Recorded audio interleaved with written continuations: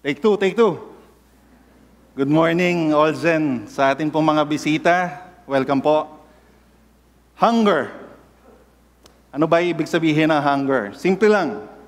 Sabi po sa diksyonaryo, hunger is defined as a feeling of discomfort or weakness caused by lack of food. It's a feeling, pakiramdam, coupled with the desire to eat. Gutom. Diba? Hunger. Nung ina-analyze ko po itong message na i-deliver ngayon, madami pala tayong mga salita na naka-associate sa pagkain o sa feeling ng pagkagutom o kadikit ng mga panglasa natin. Anong ibig ko sabihin? Kapag po tayo ay may naranasan na hindi maganda, when we suffer something that is unfortunate, anong sinasabi natin? Mapait na kapalaran ang sinapit ko. Diba? Kapag ang lalaki, diba? Ang lalaki na pasagot yung kanyang nililigawan, anong sinasabi natin? Slide. Nakamit na ang matamis na oo. Eto. Kapag tayo ay nanonood ng ating favorite team or sport or siguro si Alex Ayala kung pinapanood niyo siya sa tennis. Or para doon sa mga NBA lovers, kapag si Steph Curry, hindi maganda ang laro, sablay palagi. Ano sinasabi natin? How do we describe? Ang alat ng laro ni Alex o ang alat ng laro ni Steph. Di ba? Kapag meron tayong narinig na masakit magsalita, anong sinasabi natin? Ang anghang magsalita. Diba? Lalo na yung mga mura, dagdagan pa natin, diba? Pag nagmura, ang lutong, parang chicharon. Diba? Kapag may nakita tayo na nakasimangot, anong sinasabi natin? Ba't ang asim ng mukha mo? Mga kapatid, pakitingnan nga po yung mga katabi ninyo ngayon. Pakitingnan, please. Tingnan nyo po kung sila ba ay maasim ang mukha or matamis ang ngiti, di ba? So kung medyo maasim ang mukha, ngitian nyo na matamis. Pwede? At dahil dito, ang pakilaso ko po ay kailangan nating pag-aralan ng gutom. Pero hindi gutom na kalam ng sikmura, hindi literal na gutom, kung hindi gutom na espiritual. Ang tanong ko po sa inyo ngayong mga kapatid, are you spiritually hungry? Tayo po ay manalangin. Dear Lord, thank you for this day. Thank you, Father, for your people. Father, we ask and pray that you guide us this day as we study your word. Open our hearts that we may see the wonderful things in your law. Amen. Ako po si Brother Sly, isa sa mga elders ng Olgen. At sa ating pong karanasan, di ba? Wala naman ditong hindi naka-experience ng gutom. Baby pa lang tayo, di ba? Pag gutom na, ang gagawin? Iiyak. So ang gutom, kapag naranasan natin, anong pakiramdam? Hindi tayo komportable, nanghihina, irritable. Minsan nagagalit.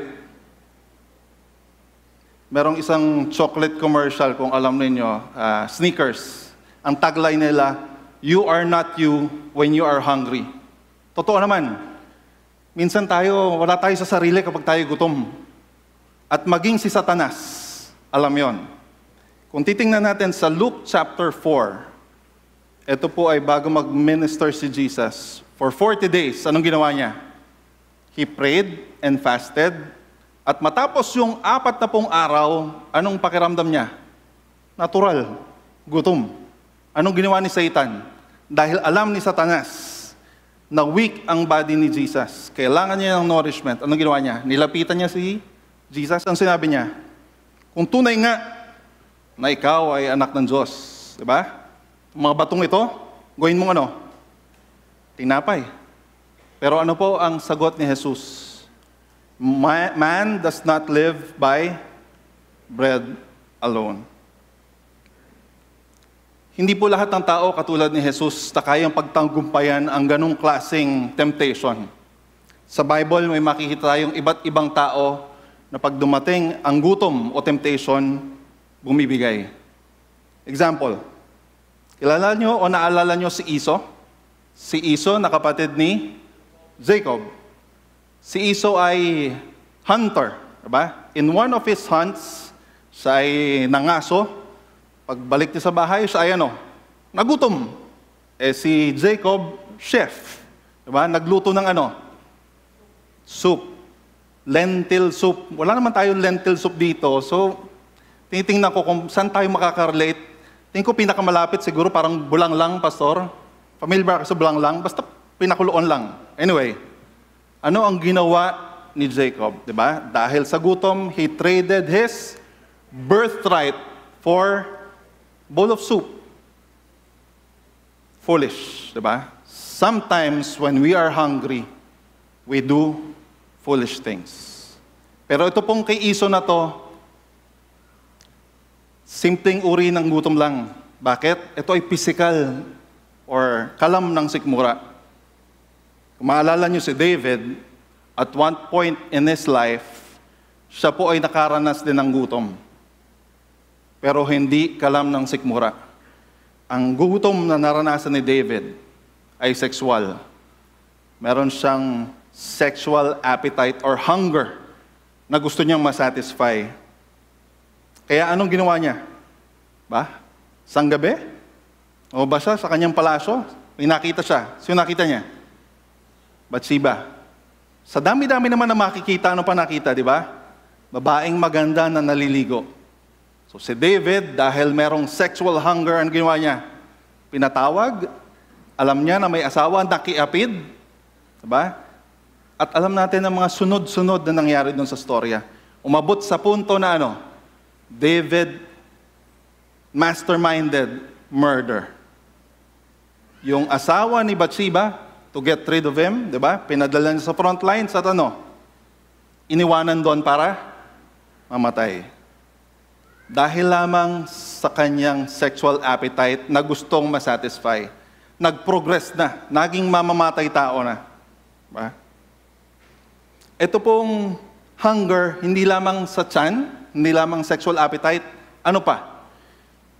Meron pong iba't ibang klase o uri ng hunger. We hunger for attention. We hunger for power. We hunger for material things. We hunger for recognition. We hunger for affirmation. We hunger for success. We hunger for love. Masama po ba lahat ng ito? Kung maalala niyo po, anong sermon o message ni Pastor Fritz last week? Diba? Sabi niya, yung passions, yung desires, or sama na natin yung hunger, hindi siya necessarily masama, pero it should be in line with the Lord. Yung mga gusto mo, mga nais mo, kailangan nakalinya yan sa gusto ng Panginoon. Again, will you look at your seatmate, pakitanong, what are you hungry for? Kuya Sly, crispy pata, bagnet, kari-kari, tinolang manok. Pwedeng tawanan natin, pero sa totoo lang mga kapatid, ano yung hunger na nasa puso natin? Balik tayo kay David. Ano yung sabi ni David sa Psalm 32? Sabi dito, ang Psalm 32 ay sinulat ni David matapos siyang i-confront ni Prophet Nathan. Bakit? Ano nangyari? Dahil si David, prenteng-prente di ba? Nasipingan ko na si Bathsheba, napapatay ko na yung kanyang asawa, safe na ako. Pero hindi, di ba? Alam ng Diyos ang kasalanan na tinatago at ginawa ni David. Kaya siya ay kinonfront ni Nathan at doon niya na-realize ni David ang bigat ng kanyang kasalanan. At matapos yun, siya ay humingi ng tawad. At ang tong Psalm 32 na to, ito yung konteksto. Ito yung konteksto kung saan in-express ni David yung kanyang dinanas. And as we read earlier, we will study this line by line. Sabi sa Psalm 32, pinapakita dito ang spiritual hunger na naranasan ni David nung siya ay nagkasala at lumayo sa Diyos. Today, we will discuss two kinds of hunger na makikita natin sa Psalm 32. Una, ano yung una? Hunger for forgiveness. Kapatawaran. Tulad ni David, tayong lahat, we need immediate, urgent forgiveness. Wala pong makakapagsabi dito na tayo ay walang kasalanan. Sabi sa Psalm 32 verses 3 and 4, it says, "When I kept silent, my bones wasted away through my groaning all day long. For day and night your hand was heavy on me, strength was sapped as in the heat of summer." Naka-highlight po, naka-bold dyan yung I kept silent. Silent saan? Saan siya tahimik? Doon sa kanyang kasalanan. Kasalanan na hindi inaamin. Kasalanan na hindi pa nako-confess. At ano po ba ang epekto ng unconfessed o kasalanan na hindi isusurrender sa Panginoon? Sa Filipino Bible of Tagalog version, mas maganda ang pagkakasalin. Ito po ang sinabi, nung hindi pa ako umaamin sa kasalanan ko, hinang-hina ako sa kakaiyak maghapon. Imagine this, brothers and sisters. Hindi ko po alam kung tayo ay nakaranasan ng ganito. Perhaps, kung tayo ay nawalan ng mahal sa buhay, diba? Ito, mararanasan natin. Yung umiyak hanggang sa wala ka nang maiyak. Pero ito, mas matindi. Umiiyak siya dahil sa kasalanan niya. Na-realize ni David kung gaano kabigat ang kanyang kasalanan. At dahil meron siyang itinatago, meron siyang kinikimkim na mali, na alam niyang nagkasala sa Diyos, anong naging epekto sa kanya? Sabi dito, the cost of keeping silent about his sin took a toll on David. Physically, naapektuhan ang kanyang pisikal na mga katawan, pero kasama noon yung kanyang emotional state. Diba? Alam natin yan. Sa mga dumaang panahon nung naranasan natin ang COVID pandemic, di ba? Lumabas yung, naging sikat siguro, yung salitang mental health, di ba? Alam natin yan. So si David, ito ang sinuffer niya. At ano ang sinasabi ni David? Dahil sa ganon, di ba? Nagkaroon ng, pwede natin sabihin, strained relation o lamat ang kanyang relasyon sa Panginoon. Sabi ng scholars, when there is no admission of sin, hanggat tinatago mo itong kasalanan na ito sa iyong sarili at sa Diyos, our relationship with God remains strained. Liliwanagin ko po ito mga kapatid. Tayo, para po sa ating ngayon, tayo na mga tunay na anak na ng Diyos, mga mananampalataya na tumanggap kay Kristo bilang Diyos at tagapagligtas, hindi na matatanggal sa atin yon. Hindi na mawawala ang ating kaligtasan. Sigurado tayo, ano man mangyari, di ba? Mamatay man tayo ngayon, sino po ang ready? Oh, joke. Pero may ready po may nagtaas ng kamay. Siguro, it shows your faith, di ba? Lord, kunin mo ako ngayon. Diba? Lumindol man ngayon. Diba? Magkikita-kita tayo sa langit. Ano yung sasabi ni David dito? Hindi po nawawala yun. Hindi tatanggalin ng Diyos yun, yung ating relasyon sa Kanya. Ganun niya tayo kamahal. Pero ano yung nawawala? Yung magandang relasyon. Pagpatuloy po tayo na tayo ay nagkakasala, ang epekto noon, check po natin sa NLT, New Living Translation, ito po yung sinasabi. When I refused, again, kanina, when I kept silent, nung Tagalog, nung hindi ko pa inaamin, ito naman, ang translation ng New Living Translation, talagang medyo mas may emphasis. When I refused, talagang ayaw kong umamin, diba? To confess my sin, my body wasted away, and I groaned all day. Kung yung sa Tagalog kanina, umiiyak, eto groaned, diba? wala ka nang magawa. Kung hindi, diba, magmukmuk, you waste away. Diba? Sabi sa Hebrews 12:6, because the Lord disciplines the one He loves, and He chastens everyone He accepts as His son. Yung disiplina ng Diyos, makikita natin yan doon sa sinasabi ni David na, when your hand was heavy on me. Babalikan natin yung passage, sabi doon, dahil ako ay merong hindi kinonfess na kasalanan sa Diyos. Alam ko na meron akong tinatagong kasalanan. Ang kamay ng Diyos ay mabigat sa akin. Dahil gusto niya tayong parusahan? Hindi. Sabi sa Hebrews, dahil mahal tayo ng Diyos, gusto niya tayong ituwid. He disciplines the one He loves. At tingin ko, lahat po na nandito ng mga magulang, mas makaka-relate tayo dito, di ba? When your children disobey you and disappoint you, are they still your children? Yes. Di ba? They are. Are they in a good relationship with you at the time? Malamang hindi na. Bigyan ko po kayo ng example. Kung wari, nahuli natin ang ating anak na kumukuha ng baon everyday, di ba? Baon everyday. So, ma-discover natin sa teacher na kakating classes. Anong ginagawa? Computer. Ba? Computer sa labas. Nagbabarkada. O gawin natin medyo mas mabigat. Iinom, yoyosi, bisyo. Ba? At nung nahuli natin, kinausap natin ang ating anak. Anak, ba? Alam mo naman na mali ito. Di ba? At anong sasagot sa atin ng anak? Kapag ba yung anak natin sumagot ng, Dad, dahil alam mo na ang nangyari sa akin, alam mo na kung anong kasalanan ko laban sa'yo, pwede ba akong humingi ng iPhone 17? Pwede ba akong humingi ng bagong on-cloud shoes? Sa tingin nyo, kung kayo yung magulang, anong sasagot nyo? Diba? Anak nyo pa rin yun. Pero yung relasyon nyo at that time, hindi naman maayos. Diba?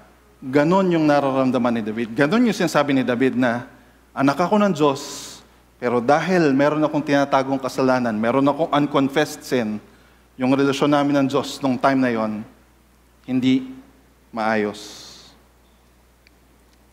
At kung titingnan natin kung gaano kabigat at ano ang epekto ng kasalanan, sabi ng scholar na si Matthew Henry, sin brings storms and tempests into the soul, into the family, into the churches, into the nations.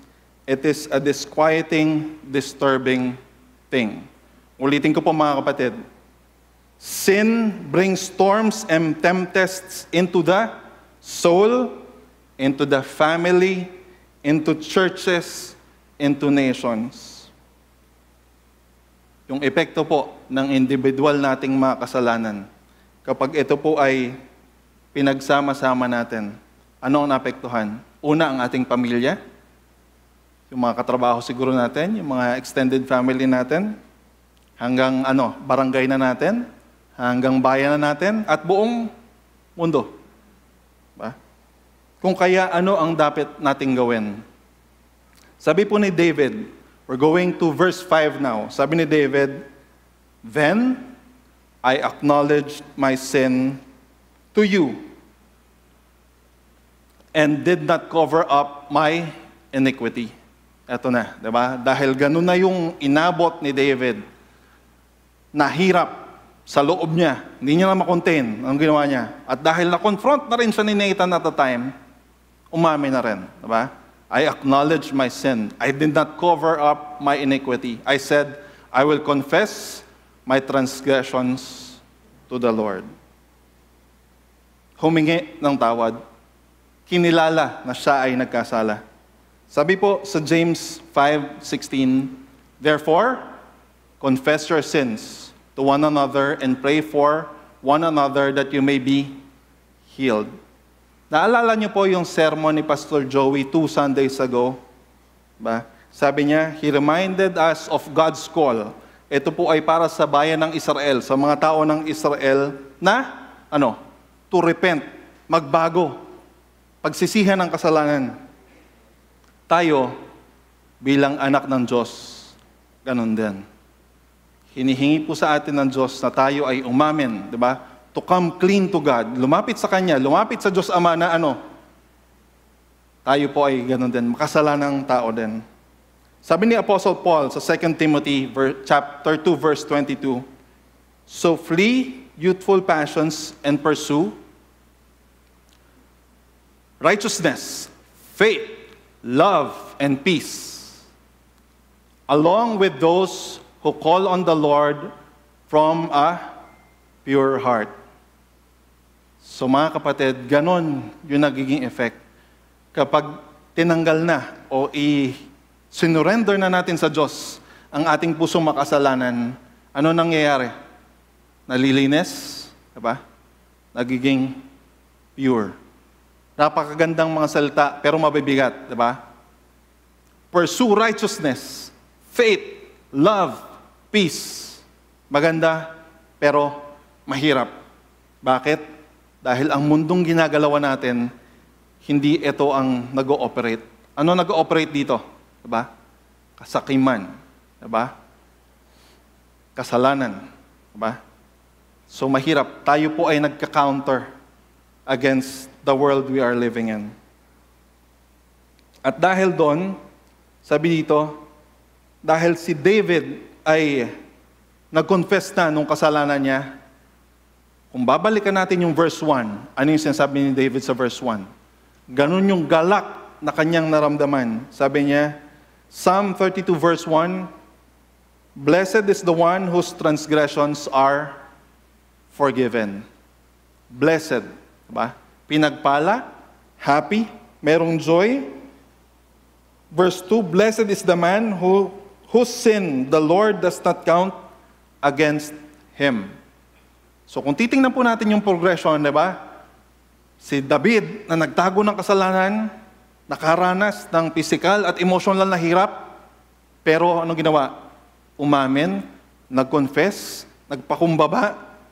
Kaya dahil ganon, yung kanyang relasyon sa Diyos na-restore at meron siyang lakas ng loob para sabihin ito, "Blessed is the one whose transgressions are forgiven."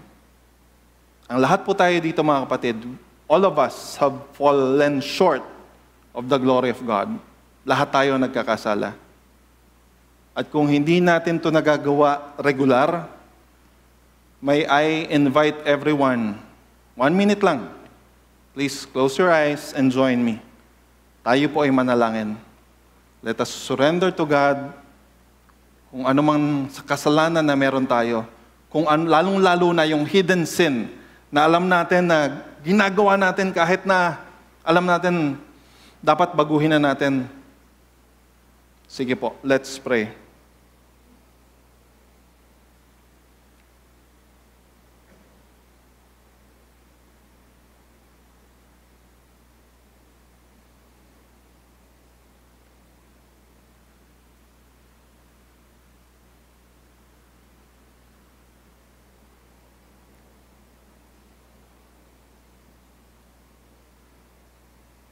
Panginoon Diyos, lumalapit po kami ngayon sa inyo, Panginoon. Bagaman kami ay ligtas na at kami ay inyong anak, alam namin, Panginoon, na araw-araw patuloy pa kami nagkakasala sa inyo, Panginoon.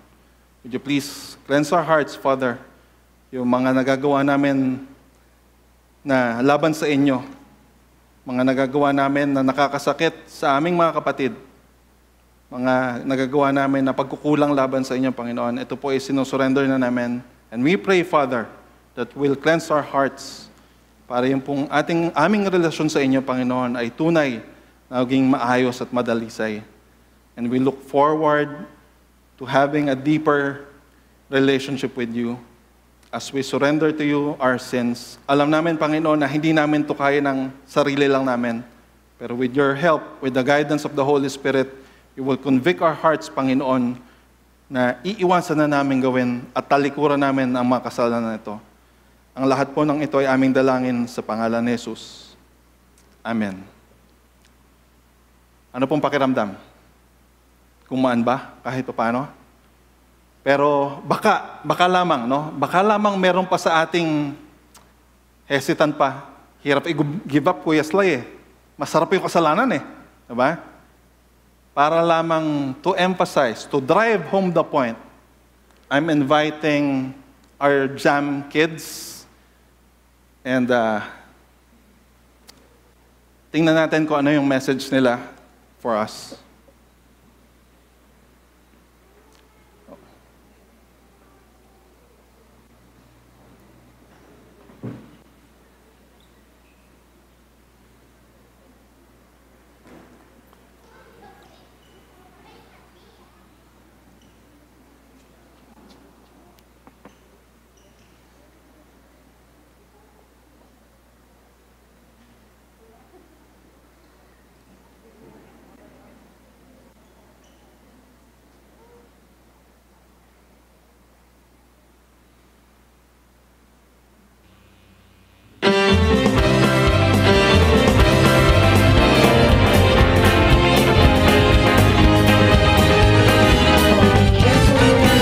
Be careful, little eyes, what you see. Oh, be careful, little eyes, what you see. For the Father up above is looking down in love. Oh, be careful, little eyes, what you see. Oh, be careful, little ears, what you hear. Oh, be careful, little ears, what you hear. For the Father up above is looking down in love. Oh, be careful, little ears, what you hear. Oh, be careful, little mouth, what you say. Oh, be careful, little mouth, what you say. For the Father up above is looking down in love. Oh, be careful, little mouth, what you say.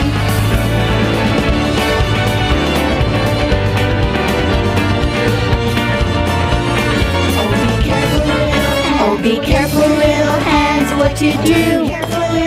Oh, be careful, little hands, what you do. For the Father up above is looking down in love. Oh, be careful, little hands, what you do. Oh, be careful, little feet, where you go. Oh, be careful, little feet, where you go. For the Father up above is looking down in love. Oh, be careful, little feet, where you go.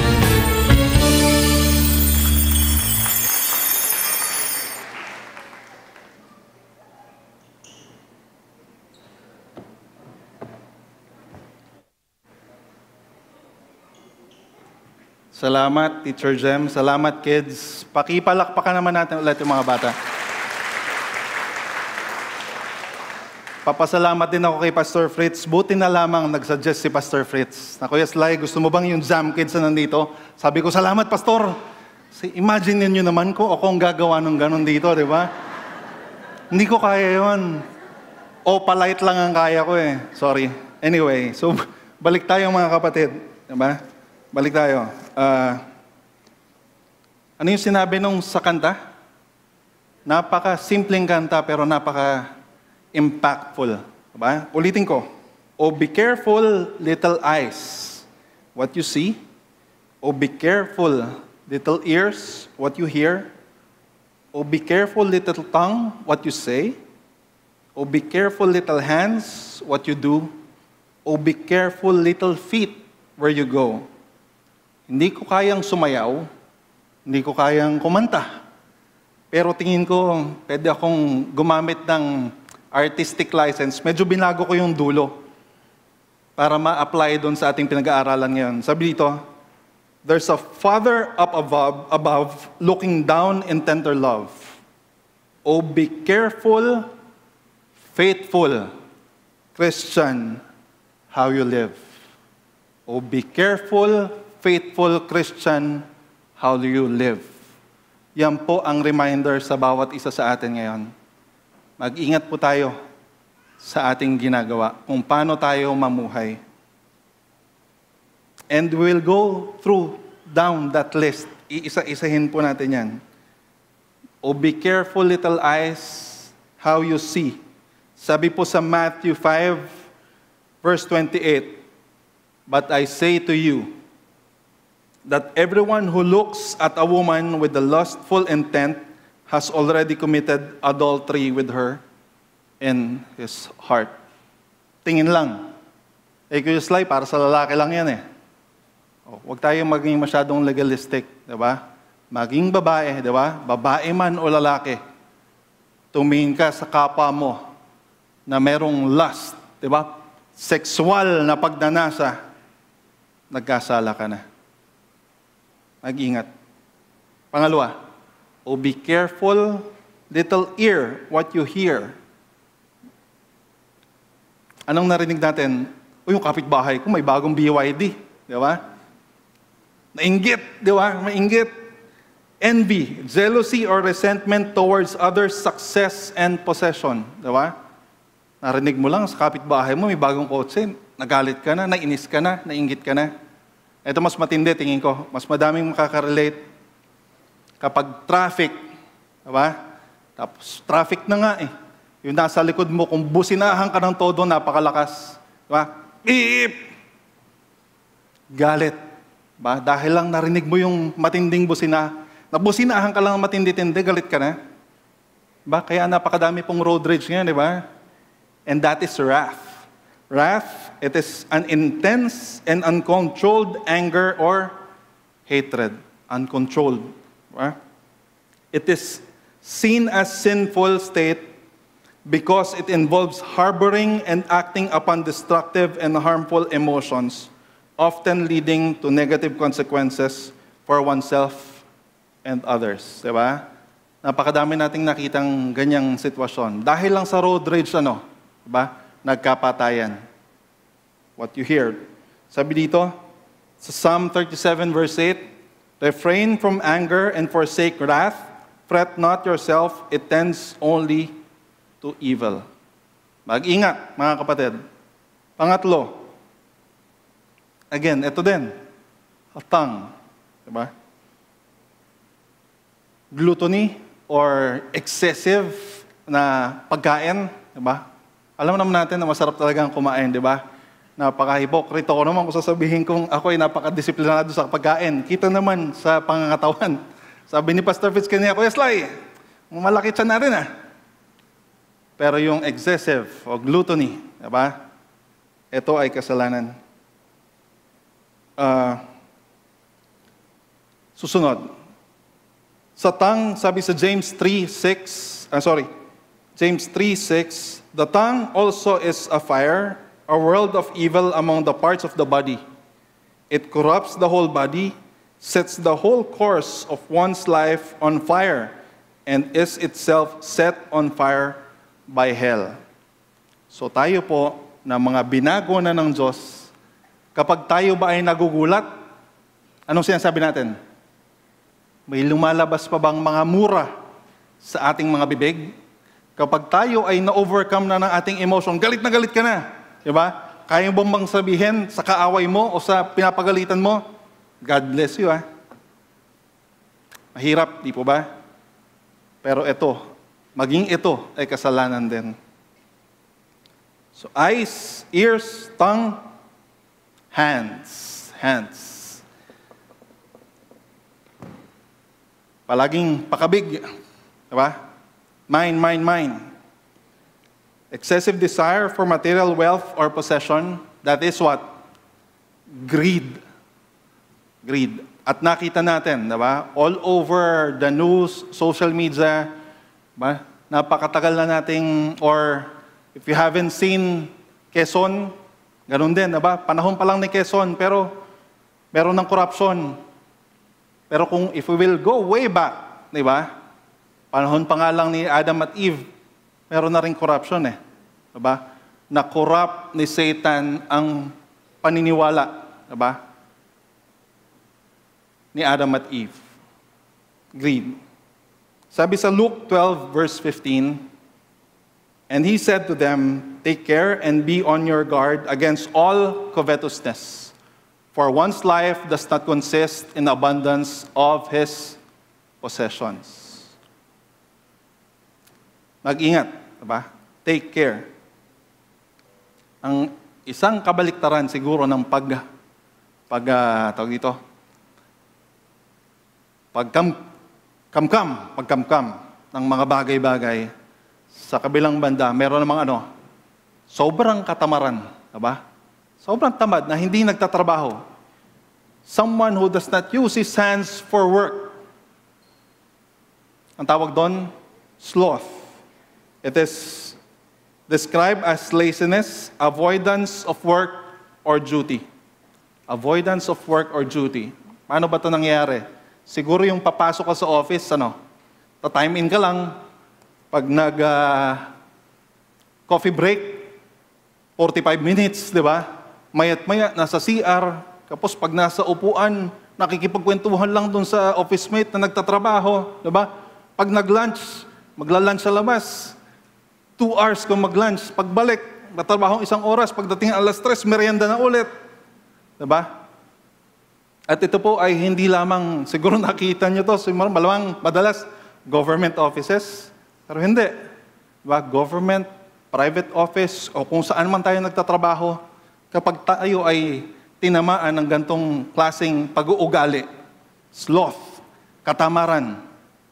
Merong term po na ginagamit dito yung petics. Diba? Petics sa trabaho. Petics, diba? Okay na yan, pwede na yan, diba? Sakit, mga kapatid.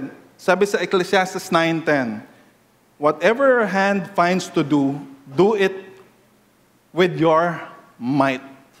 Paalala to ni Solomon sa atin. Do it with your might, for there is no work or thought or knowledge or wisdom in Sheol to which you are going.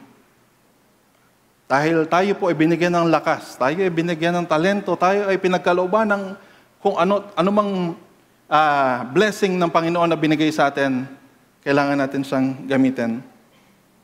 Kuya Sly, bakit nga ba kasalanan to? Sabi dito, sloth is a spiritual or moral laziness, neglecting one's responsibilities and failing to use one's God-given talents and gifts effectively. Ito po ay paalala para sa mga younger generation natin. Hindi ito nag-a-apply para lamang dun sa nagtatrabaho. Kung kayo po ay estudyante, ano ang trabaho nyo? Mag-aral. Hindi lamang basta mag-aral, mag-aral ng mabuti. Pero kung petics, di ba, ChatGPT lang yan, Kuya Sly. Di ba? Or Gemini, o kung namang AI tool. Di ba? Hindi ko po sinasabing masama iyon. These are just tools. Pero kung tayo po, tayong mga bata, hindi tayo nag-exercise ng ating utak, di ba? Pupurol siya. Kasi magiging super dependent tayo sa technology na ito. Panguli, feet. Ito, madaling i-describe tong sin na to. Nagkakasala ka dahil kung saan-saan ka kasi pumupunta. Di ba? Pwedeng naka-time in sa office, pero, di ba? Iba palang pinuntahan. Pwedeng paalam kay Mrs., ay may meeting lang kami after office. Nasaan pala? Diba? Pero dahil sa teknolohiya natin ngayon, hindi mo na kailangang umalis sa upuan mo. Kahit sa bahay, kahit nasaang lugar ka, pwede kang magkasala dito. Ano pong ibig kong sabihin? Diba? Just by the use of our cell phones, we can go to anywhere we want to go. Hindi ko na kailangan pumunta sa casino dahil may scatter naman ako sa cellphone ko. Diba? Or online betting. Diba? Hindi ko na kailangan pumunta sa mga red light district na may mga shows at may mga obscene na babae. Just with the click of my phone, kaya ko nung pumunta sa isang website kung saan pwede ako makakita ng porn. Kung titingnan po ni Pastor Ding ang cellphone ng bawat isa at check yung ating browsing history, willing ba tayong ipakita kay Pastor Ding? Ba? Or nakatago? Hindi, Kuya Sly, hindi ako pumunta doon, naka-download na kasi. Ba? Mag-ingat, mga kapatid. Mag-ingat. At kung sa tingin natin, again, Kung sa tingin natin, Kuya Sly, okay na ako eh. Ang tagal ko ng Kristiyano, di ba? Yung mga ganyang kasalanan, napagdaanan ko na yan, napagsawaan ko na yan, hindi na ako matetempt sa ganyan. Matatag na ako eh. Di ba? Kung sa tingin natin, ganun tayo, ito po ang paalala mga kapatid. Sabi sa 1 John chapter 1, verse 8 to 10. If we claim to be without sin, we are deceiving ourselves. Kung sa tingin natin, tayo ay walang kasalanan, tayo ay mataas, tayo ay malinis, ano nangyari? Nadaya na tayo ng kaaway. Pumasok na yung pride sa asing isipan na ako, malinis ako, kayo, madumi kayo. Ako, mabait, kayo, makasalanan. Diba? Kapag gano'n na yung ating way of thinking, mag-ingat mga kapatid, tayo ay nagkakasala. Sabi dito, pride is the excessive belief in one's abilities or qualities. It is often considered the root of all other sins. Sabi sa Proverbs 16, verse 18, pride goes before destruction, a haughty spirit before a fall. Masyadong believe sa sarili. Siya lang ang magaling. Boses lang niya palagi ang dapat pakinggan. Desisyon niya lang ang tama. Ba? Kung tayo po ay namumuhay ng ganyan pa rin, paalala, mag-ingat. Hindi lamang mag-ingat, i-surrender kay Lord, kailangan magbago. Sabi ni David sa verse 5, nabanggit natin ito kanina, I will confess my transgressions to the Lord, and you forgave the guilt of my sin. At itong ginawa ni David na pag-confess, pag-amin ng kanyang kasalanan, he came clean before the Lord. Sabi dito, this is the path to peace. Kapag na-surrender na natin sa Diyos, ang ating heavy, guilty, sinful heart, magkakaroon ng peace. God's forgiveness is available to all who humbly and honestly confess their sins. At ito lamang po ang tanging paraan upang makamit natin na yun. Pangalawa, ano yung second type of hunger? Kung yung una is hunger for forgiveness, yung pangalawa, makikita natin siya sa verses 6 to 11, hunger for learning. We need an ongoing desire, or we need to have a hunger to learn God's instructions and God's word.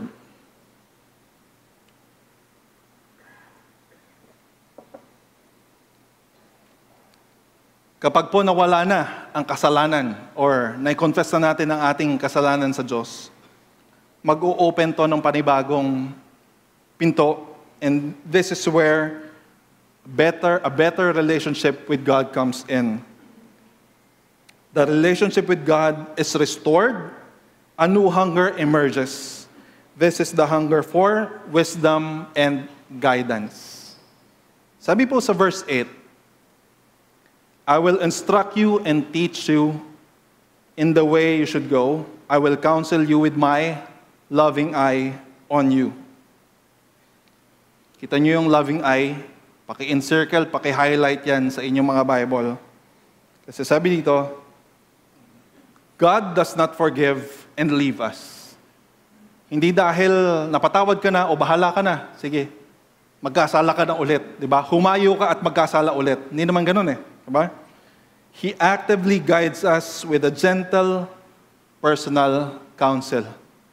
Dahil nandyan ang Diyos ready na magbigay ng guidance para sa atin.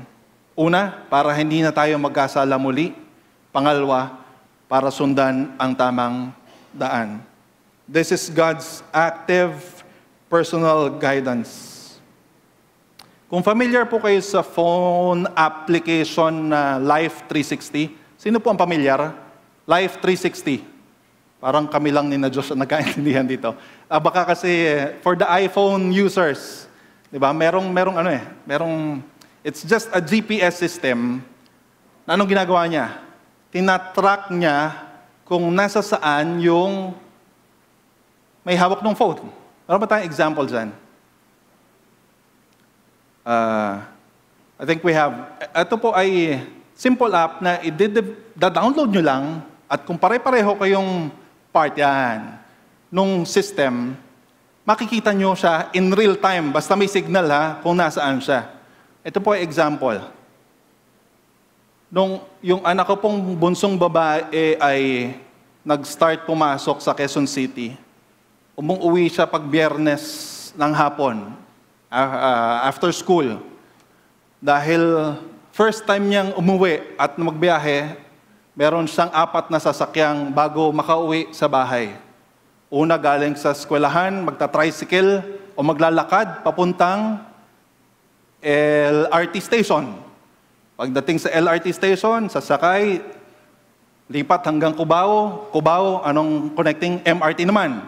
Pagdating sa MRT, pupunta sa terminal ng bus. Pagdating sa terminal ng bus galing Makati, papuntang Somo, Bacoor.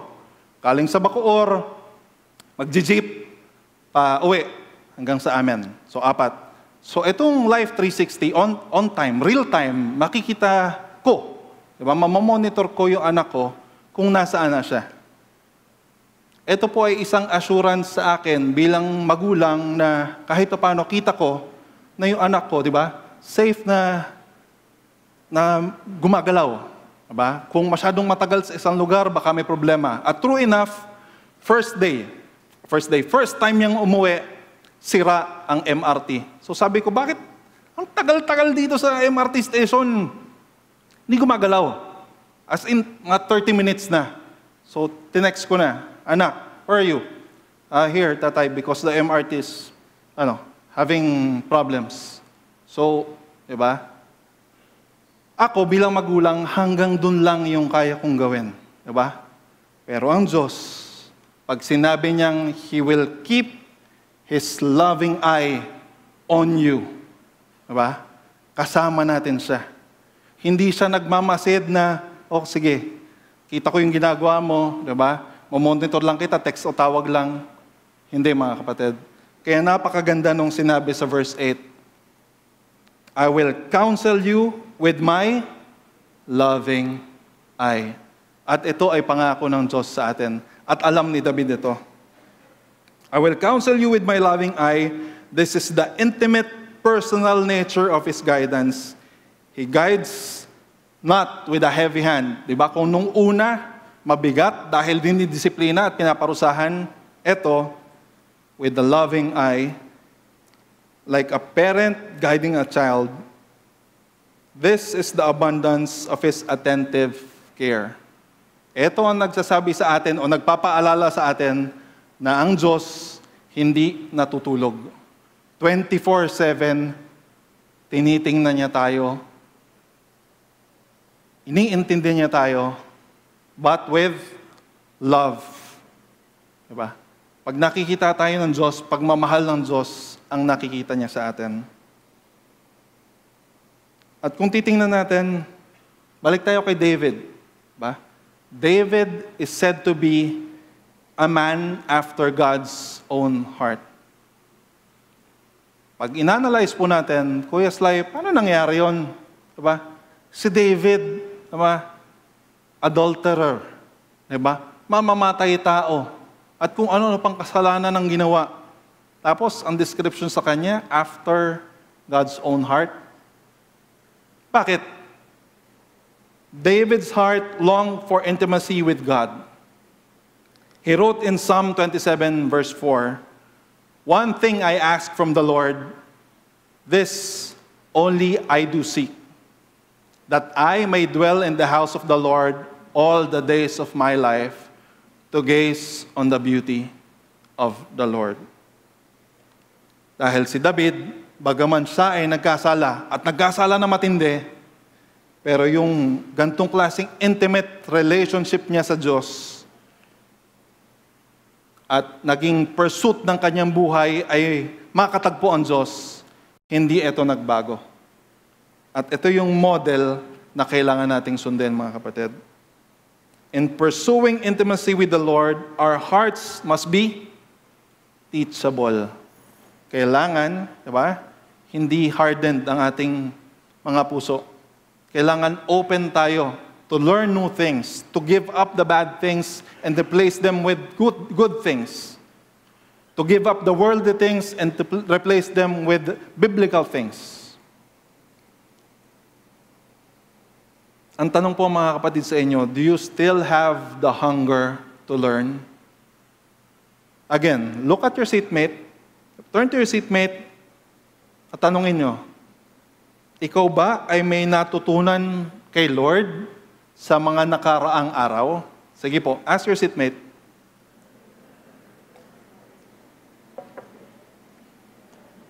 Meron? Meron po ba? Oo, Kuya Sly, meron. Last Sunday, umattend ako ng church ng Sunday eh. May natutunan ako. Kung tanong ko, nung nakaraang buwan, may natutunan ka ba? Meron din siguro.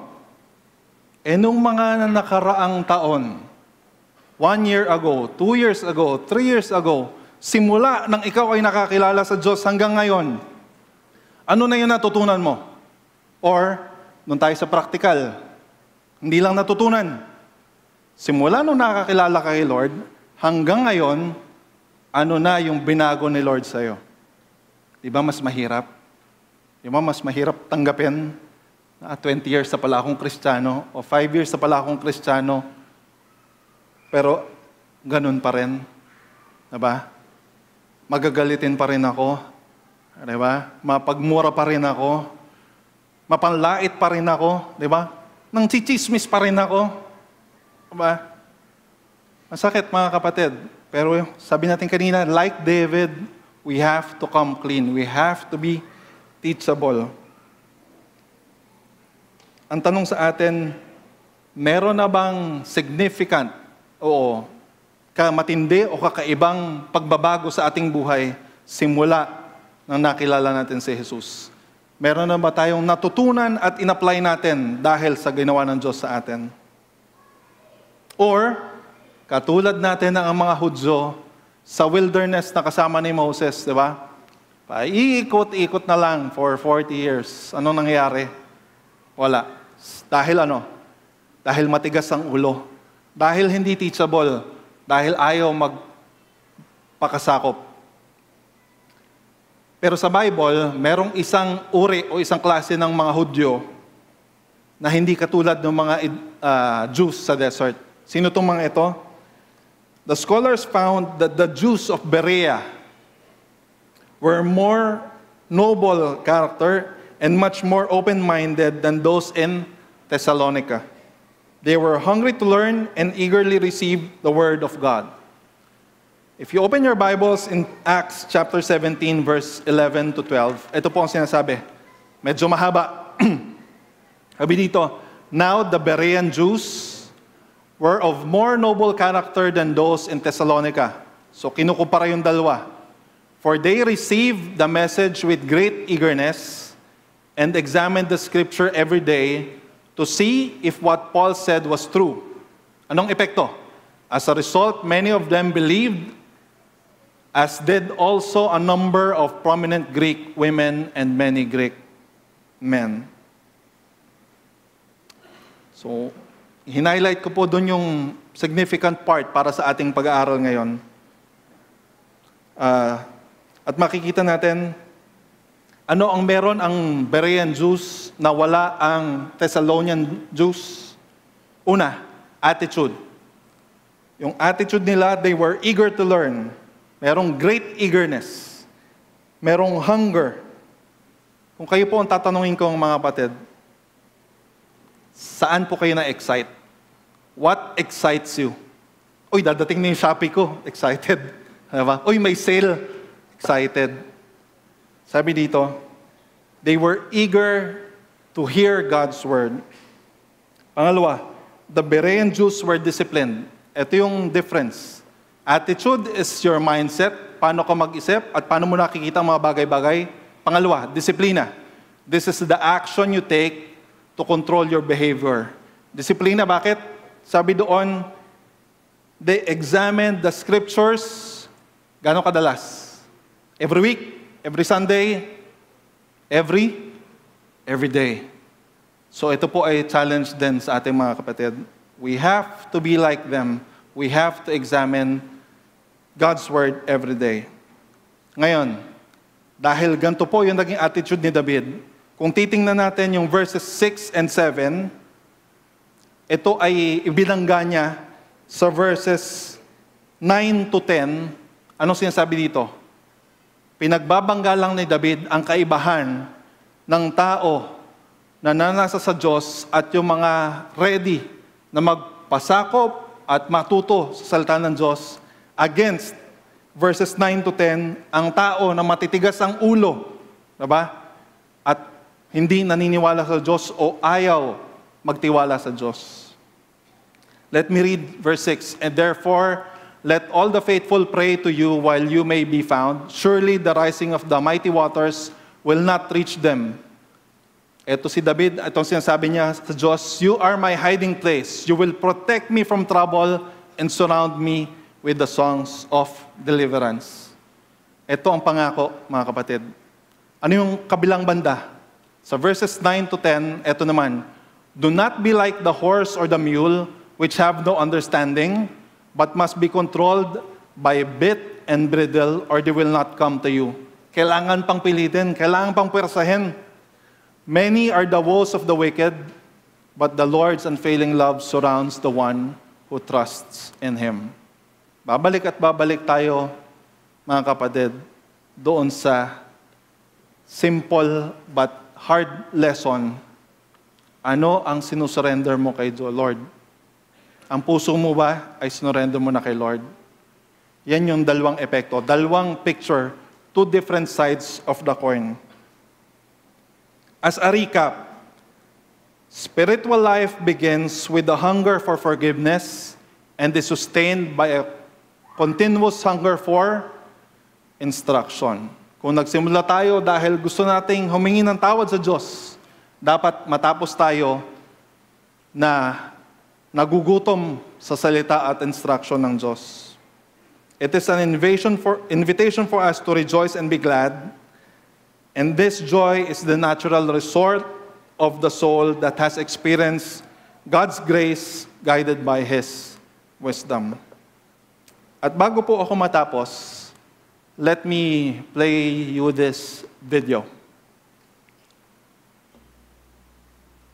Kung familiar po kayo sa game na ito, ito ay game... What's for lunch? It's Hungry Hungry Hippos! What's for lunch? It's Hungry Hungry Hippos! Hungry Hungry Hippos! We're Hungry Hungry Hippos! Hungry Hungry Hippos! First to gobble up the most marbles wins! We're Hungry Hungry Hippos! We're in an eating race! Hungry Hungry Hippos! Nalaro nyo yan, pero ito po nagka-re-emergence. Pag pumunta kayo sa Toy Kingdom o kung saan mang tindahan sa mall, meron ng ganyan. Ano po yung objective ng game, di ba? May 4 na magkakalaro, pipindutin lang nila yung kung anumang pinipindot, tapos yung bibig ng hippo, kakainin yung mga marble. Ano yung objective ng game? Ano ang pantayan rather? Paano mo malalaman na panalo ka? Kapag ikaw yung may pinakamadaming kinain na marble. Mga kapatid, dito po sa ating mundong ginagalawan, yan ang standard. The more you have, mas masaya ka, mas fulfilled ka. Diba? Pero sa mata ng Diyos, diba? Kailangan ang hunger natin ay makanaig siya palagi. Let me pray for you. Maraming Diyos, marami pong salamat sa inyong salita. Maraming salamat, Panginoon, sa pagpapaalala sa amin na tanging ikaw lamang ang makakapagtanggal na aming mga kasalanan. Kaya po, ang mga aming pagkukulang ay sinusurrender namin sa inyo. At tulungan niyo po kami, Panginoon. We pray sa mga darating na araw that you will empower us to have this hunger for your word, to have a hunger for an intimate relationship with you, that we dedicate our lives to you. Sa lahat ng ang aming gagawin, kayo lamang ang maluwalhati. Ito po ang aming patuloy na dalangin, may pasasalamat sa pangalan ni Jesus. Amen.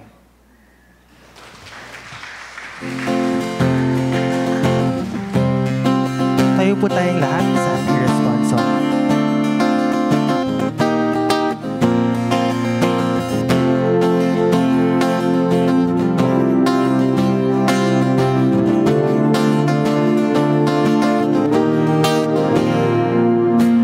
What can I give?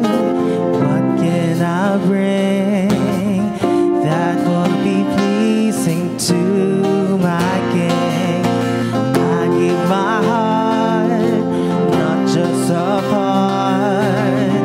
I'm lifting up my everything.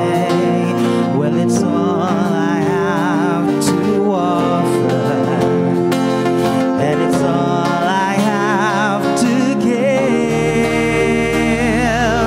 to His one heart, one life to offer you to His one heart. That's what I give to you. Use me today. I know you can. Lord, I surrender to your plan. You made this heart.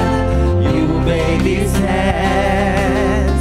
Take me and use me as I am. Well, it's all I have to offer, and it's all I have to give to His one heart, one life to offer you to His one heart. That's what I give to you. It'll become a lot when it's in your hands. Take me and make me more like you.